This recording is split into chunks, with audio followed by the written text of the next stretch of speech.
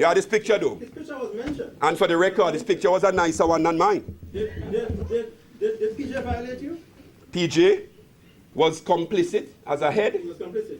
Yes, PJ was complicit. Let me tell you how. Because he took this thing up. He was in charge of the negotiations. He was in charge of the negotiations. And he accepted it. And what I'm saying to you is this. Look, man, we have to be men about this process. This country has suffered enough, where we've ducked and we've tried to obfuscate the truth. We have a process. Patrick Antoine was either subject to that process and he benefited from the legal facilities in the process, or he didn't. If I didn't, then I was violated. The law that we have, comrade, was not born today for you and me. It came over generations. It was built on a lot of jurisprudence and practice. And that practice says that you have to have due process.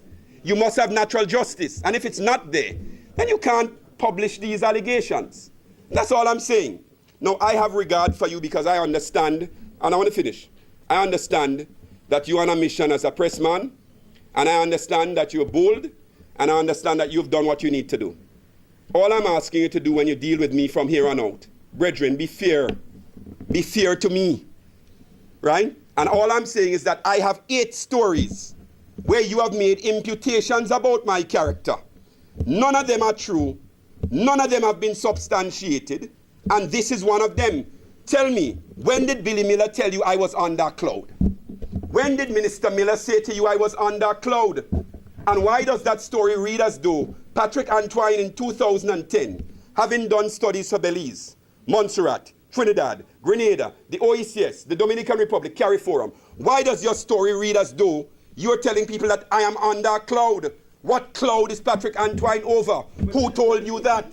Didn't Billy Miller in the report say that you were not entitled to the 2 salaries? Billy Miller said so in her report that you were not entitled to the 2 salaries? Billy Miller's report, no, we have established that. No. Did she tell you I was under a cloud, sir?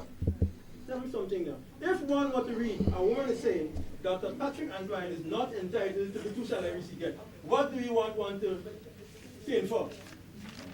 You're not entitled to it. That's what she was saying. Sir? That's plain language. A simple check with me. Let me tell you how the press works now. And I will tell you this. I want the press to hear. Communication among heads. I want the press to hear. And because it was communication among heads, I want the press corps to hear me. Because it was communication among heads. How did you get it, sir? Was that not a fundamental breach of confidentiality, sir?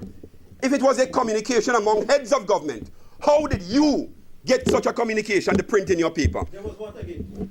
I see. There you go.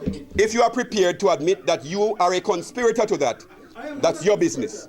But there was what again? Let me get to the last point. No, let me ask you a question. You said that now. So let me ask a couple questions. Now you talk about people getting at your character and whatnot.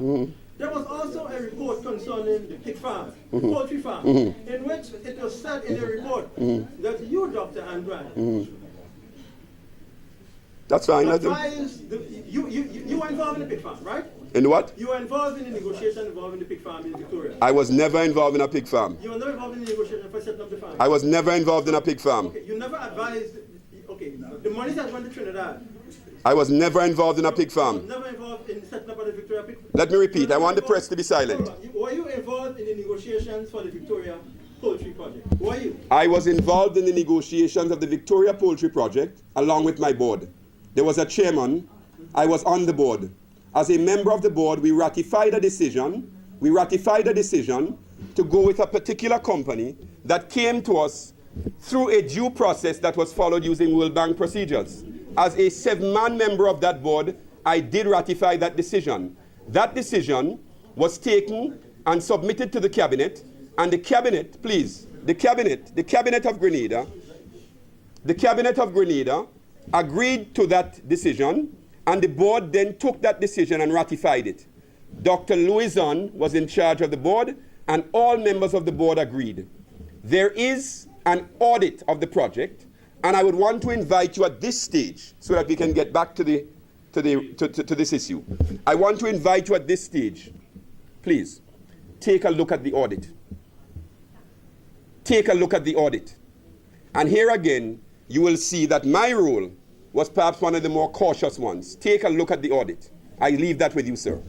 Please. Back to the reason I'm here.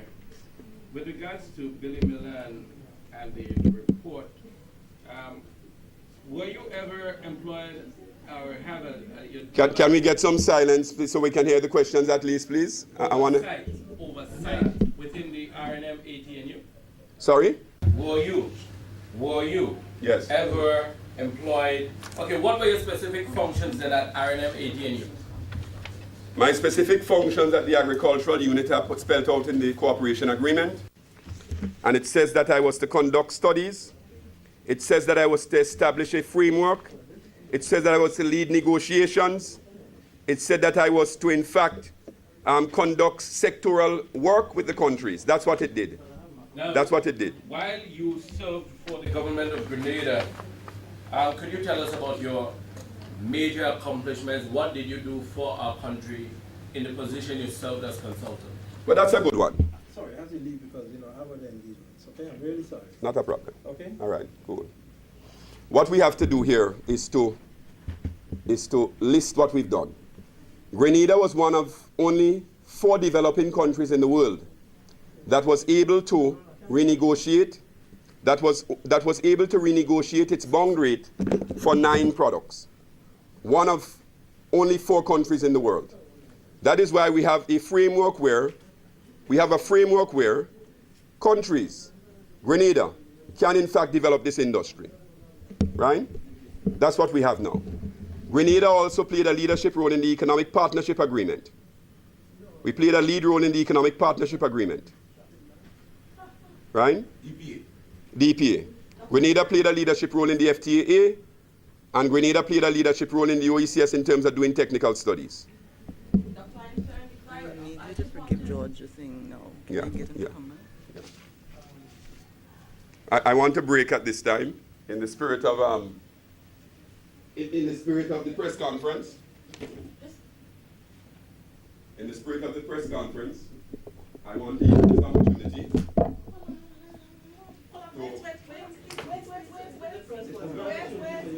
to present my dear brother George. Look at the editor here.